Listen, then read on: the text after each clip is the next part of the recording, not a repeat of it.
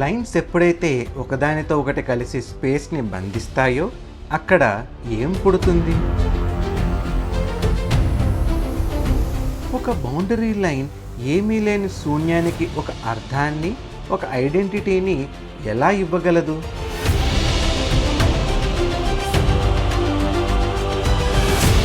మనం రోజు గంటల తరబడి చూసే 2D స్క్రీన్ మన ఆలోచనలని ఎలా కంట్రోల్ చేస్తున్నాయి?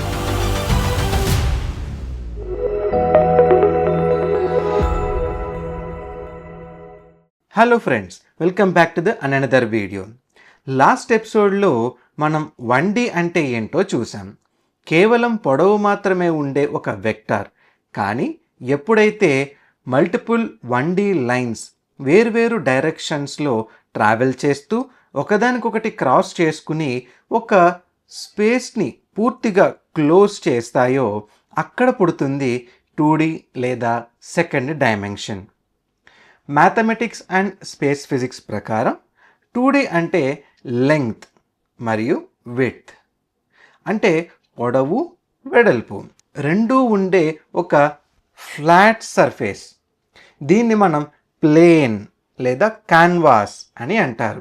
దీనికి ఏరియా ఉంటుంది కానీ ఎటువంటి థిక్నెస్ లేదా డెప్త్ ఉండదు. ఇక్కడ మోస్ట్ ఇంపార్టెంట్ పాయింట్ ఏంటంటే 2D is the birth place of shapes.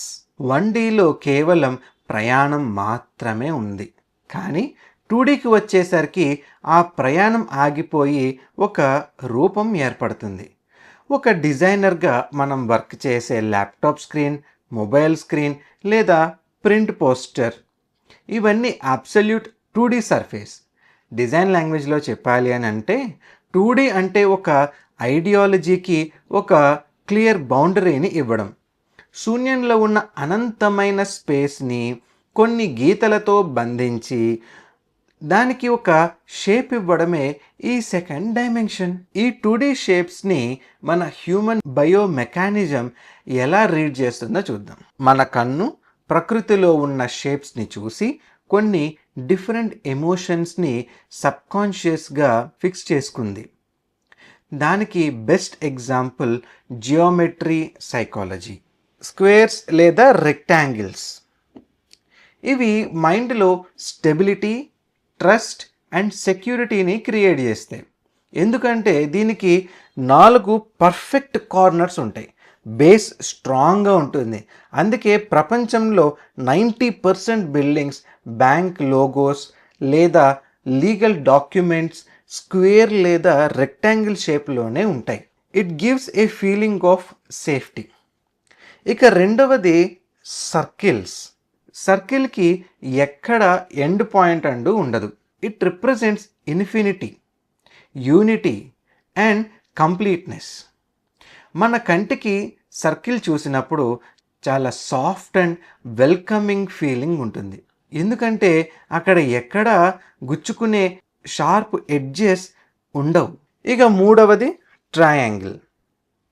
Triangle అనేది డైరెక్షన్ అండ్ పవర్కి సింబల్. ఇది పైకి పాయింట్ చేస్తే గ్రోత్ అండ్ అంబిషస్ అని, అదే ఇన్వర్టెడ్గా అంటే తలకిందులుగా ఉంటే అది డేంజర్ లేదా ఇన్స్టెబిలిటీని చూపిస్తుంది. ఇక్కడ ఒక అమేజింగ్ బయోలాజికల్ ఫ్యాక్ట్ ఏంటో తెలుసా? మన హ్యూమన్ ఐ కేవలం 2D ఇమేజెస్ని మాత్రమే రిసీవ్ చేసుకోగలదు. మన కంటి వెనుక ఉన్న రెటీనా ఒక ఫ్లాట్ 2D స్క్రీన్ లాంటిది. దాని మీద పడేది ఫ్లాట్ ఇమేజే. కానీ మన బ్రెయిన్ తనకున్న ఇంటెలిజెన్స్తో షాడోస్ని అండ్ లైట్స్ని క్యాలిక్యులేట్ చేసి ఆ 2D మధ్య 3D లాగా భ్రమింపజేస్తుంది. అంటే బేసిక్గా మనం చూసేది 2Dనే. సో ఈ 2D కాన్సెప్ట్ని మన సంస్కృతిలో మన పూర్వీకులు ఎలా చెప్పారు అని అంటే, సో ఈ 2D కాన్సెప్ట్నే సదాశివ లేదా పరాశక్తి తత్వము అని అంటారు. శివ అంటే స్టాటిక్ కాన్షియస్నెస్, నిశ్చలమైన జ్ఞానము. అది ఒక క్యాన్వాస్ లాంటిది. శక్తి అంటే డైనమిక్ ఎనర్జీ, కదిలే శక్తి. అది గీసే లైన్స్ లాంటిది. అవి రెండు కలిసినప్పుడే ఒక రూపం సృష్టించబడుతుంది. అందుకే మన కల్చర్లో వాడే యంత్రాలు అంటే శ్రీచక్రం లేదా శివ యంత్రాలు అన్నీ ప్యూర్ 2D జియోమెట్రీ. మన వాళ్ళు యంత్రం అంటే ఏదో మంత్రాల తాయొత్తు అనుకుంటారు. కాదు, యంత్రం అంటే ఇన్స్ట్రుమెంట్ లేదా ఒక డిజైన్ లేఅవుట్.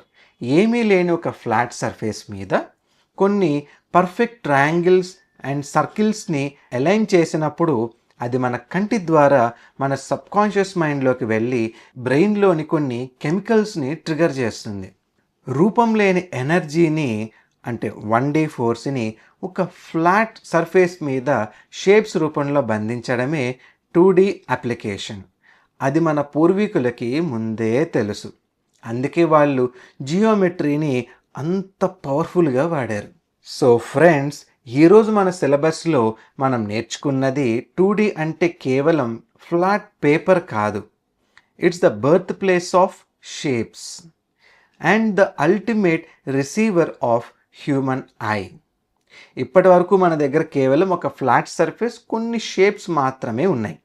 కానీ ఒకవేళ ఈ 2D సర్ఫేస్కి డెప్త్ లేదా లోతు తోడైతే ఏం జరుగుతుంది?